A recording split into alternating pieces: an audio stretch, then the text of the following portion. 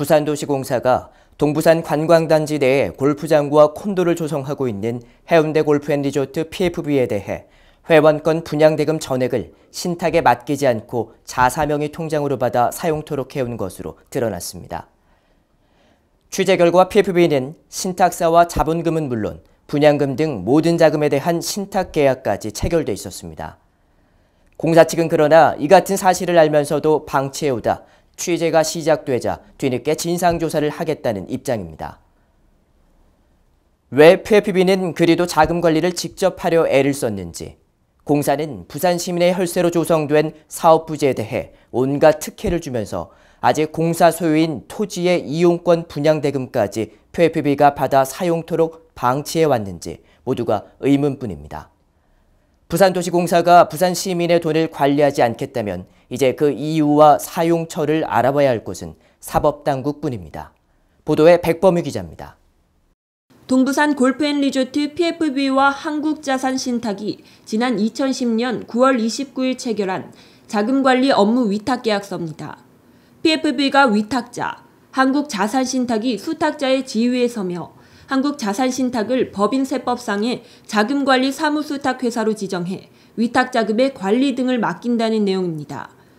이 계약서 제4조 사항은 수익금 관리 계좌를 위탁자금을 관리할 목적으로 예금주를 수탁자로 한다고 규정하고 있습니다. 이는 PFB가 분양하고 있는 골프장 회원권의 분양대금 계좌가 PFB 자사명의가 아닌 한국자산신탁이어야 한다는 것을 뜻합니다. 이 계약서 제2조는 한국자산신탁이 관리해야 할 위탁자금에 PFB의 자본금과 현금자산, 분양 및 임대 등 처분 수익도 포함되는 것으로 규정해 골프장 회원권 분양대금 예금주가 한 자신이어야 한다는 것을 뒷받침하고 있습니다. 문제가 되는 것은 계약서 내용대로 신탁사의 분양대금을 예치되지 않고 이상하게 PFB, 즉 임시시행사 명의계좌로 입금돼 처리되고 있는 것입니다. 이 같은 사실에도 PFB는 양사의 합의에 따라 계약 내용을 얼마든지 바꿀 수 있다고 주장합니다. 일단은 그 계약서 안에 보면은 당사자들이었던 어떤 문서로 합의 내용을 변경할 수 있도록 돼 있거든요. 네. 근데 이제 일반 조항처럼 돼 있는데 거기에 따라서 변경이 돼 있었고요. 그러나 이러한 계약 내용 변경은 엄연히 불법입니다. 법인세법상 자금관리 사무수탁회사와 위탁사가 동일인이 돼서는 안 되기 때문입니다.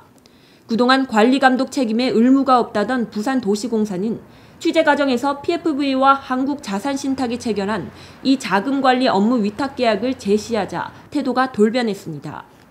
이 일련의 행위에서 위법한 사항이 있다면 양사의 책임을 묻겠다는 입장입니다. 그 부분에 대해서는 정확하게 이야기를 해라. 괜히 우리한테 속이는 게 있어가지고 그런 식으로 이야기해도 사실과 다르면 그 부분에 대해서는 우리가 책임을 묻겠다고 이야기하겠습니다. 신탁관리되어야 했을 해운대 골프앤리조트 PFB 자금에 대한 사법당국의 전반적인 조사가 이제 시급해 보입니다. 뉴데일리 TV 백범휘입니다.